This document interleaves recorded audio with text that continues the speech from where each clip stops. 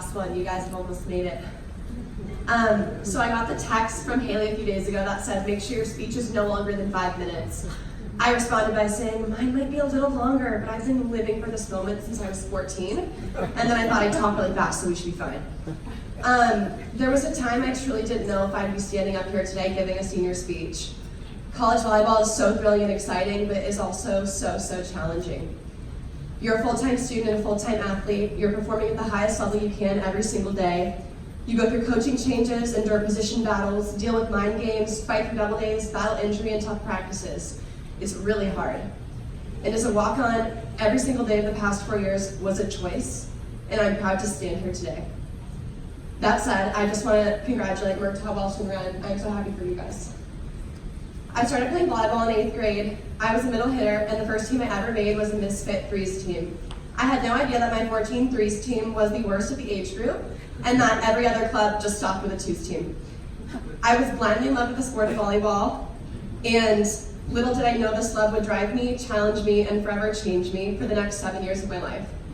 So after my first year learning the sport, I became an outside hitter. I made the 15-1s team as their backup to the backup outside.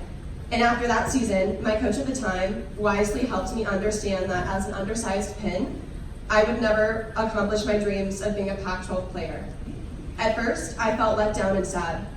But then she told me that if I was willing to switch positions, she believed my competitive and fiery spirit showed promise as a collegiate libero. I was excited for this challenge and eager to learn the position. I got comfortable in my role, and over the summer, just like that, it was 16's year, and I began contacting colleges as a libero recruit. But unlike many of my insanely talented teammates, nobody knew my name. I was not a top recruit, and no lists, magazines, or websites called recruit cited me as a player that would be good at the next level. When I told my high school coach I was switching to libero in hopes of playing at USC, he said, "That is the stupidest thing I've ever heard." When I told my volleyball advisor that USC was my dream school, he looked me in the eye and said, "You would be a punching bag in that gym." But as my teammates could predict, I heard all of that and thought to myself, what a great challenge. And being told I was not good enough seemed like the greatest one to face. Months of emails and calls with no response from USC were not getting me down. I was relentless in pursuit.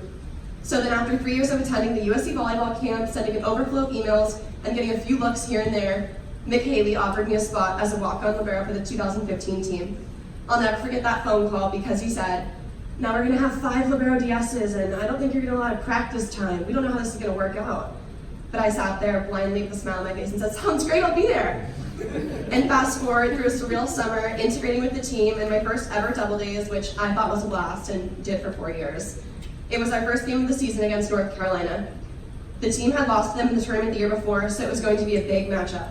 With 45 minutes before game time on the clock, Nick announced we'd be starting in rotation 2, adding, "Victoria, I'm not sure if we're going to start you as a DS or not, we'll just have to see."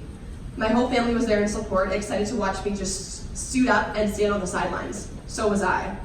Then when the national anthem ended, Leland had called out the lineup, and I found myself standing on the court, looking up at my parents who were in tears, and brothers who were in shock. The rest of my 4 years here surpassed my wildest dreams. 2 Elite 8 finishes, a Pac-12 championship, and finishing in the top 5 career digs ladder alongside amazing women whom I still idolize. Being on this team was one of the greatest opportunities and experiences I will ever have. There's truly an indescribable feeling that comes along with wearing a USC volleyball jersey. I can't imagine my life without the memories and life lessons I've gained from this program. I'm going to miss waking up on game day, walking into the locker room with that butterfly feeling. I'll miss our pregame dances to Cupid Shuffle. I'll miss coming down to the locker room after a practice and cracking up with the girls about everything that happened upstairs. But most of all, I'll miss being a part of this team. It's important to know that none of this would have been possible without the people I want to thank today. I will start with the most important people, my parents. Dad, you spent hours and hours dedicated to helping me achieve my dreams. You filmed every game, edited every video, I can't read through my tears, composed emails with me, created a website, and spent hours with me in your office helping me plot a plan of attack. Not to mention, you drove me to practice after practice, lesson after lesson, and to tournaments near and far, enjoying every second of it. You did absolutely everything possible to support me, and you always believed I was good enough to do anything, no matter what it was. Mom, I remember sitting at club tournaments with you, and you'd tell me, dream it, believe it, achieve it.